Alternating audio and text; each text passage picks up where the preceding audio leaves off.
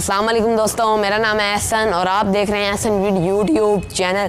दोस्तों काफ़ी दोस्त इस बात से परेशान थे कि उनके चैनल सर्च में नहीं आ रहे थे।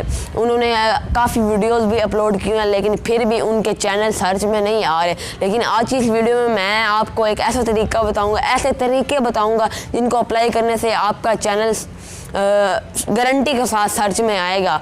तो दोस्तों पहली बात जो ये है कि आपने ये करना है कि वीडियो को अभी से लाइक कर लेना है, हमारे चैनल को सब्सक्राइब कर लेना है, कमेंट एक अच्छा सा कमेंट कर लेना है और हाँ बेल आइकन को भी प्रेस कर लेना है। तो दोस्तों अब आपने किसी भी अपने ब्राउज़र से, क्रोम ब्राउज़र से या किसी से भी डेस्कटॉप साइट लगा के अपना क्रिएटर स्टूडियो खोल लेना है। तो दोस्तों जैसे कि आप देख सकते हैं मैंने अपना YouTube क्रिएटर स्टूडियो खोल लिया है।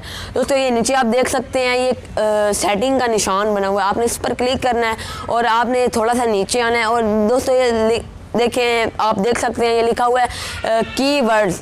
दोस्तों इसमें आपने 13 से 14 कीवर्ड अपने चैनल के रिलेटेड, अपने टॉपिक के रिलेटेड लगाने। अगर आप ये काम अप्लाई करते हैं तो तब भी आपका चैनल सर्च में आएगा।